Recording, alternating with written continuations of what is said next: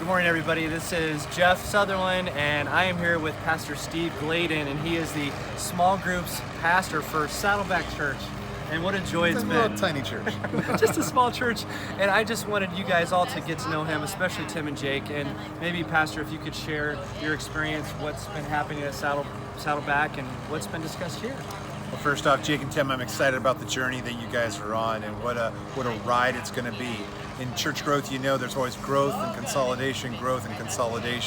And what I'm excited about is the team that you send here is totally excited, on charge, have mastered a plan that will just help you get healthy small groups. And the byproduct has been for Saddleback Church is obviously we see deeper, authentic community where people are starting to confess temptation before they confess sin. We're starting to see people understand their spiritual next steps, no matter how many titles are in front of their name or how many letters are behind their name. We're seeing people who are using their spiritual giftedness to volunteer in the church. We've literally mobilized tens of thousands of people through the small groups because they know what their spiritual gifting is and they're volunteering in the church. But what's really exciting is that everybody is reaching out with personal evangelism. Now, all about global and local. Right. I mean, it's awesome. This is kind of like their global trip, and yeah, this background, it's a blue screen, it's a green screen or whatever that screen is. You know, it's not real, kind of. But the exciting thing is that through our small groups, we actually see more people in small groups than our average weekend attendance because non-believers are leading and coming to our small groups. And then the exciting thing is groups are getting that vertical connection. And the thing that we see is that when our groups are engaged, and this is the stat I was just sharing with these guys, is that people give more of their time and they give more of their treasures.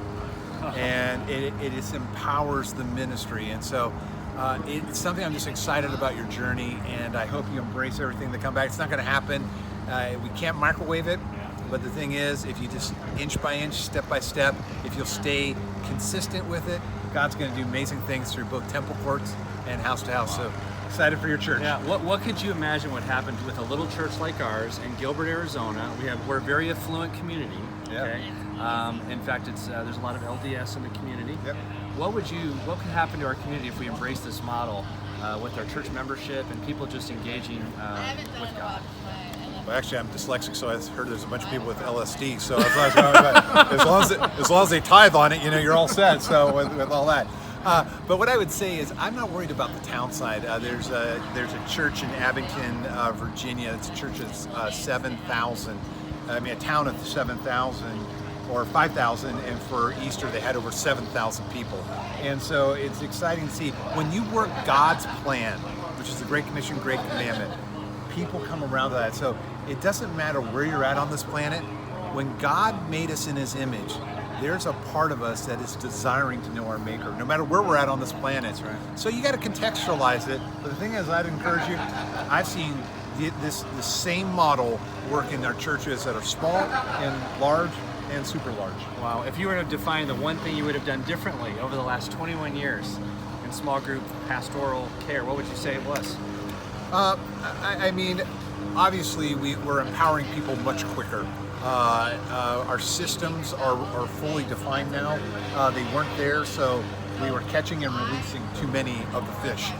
So now we're just catching them and keeping them and making better disciples of them. So I think our systems and processes, and that's what this conference has been about, is I've been able to share with them, here's 21 years of all of our mistakes.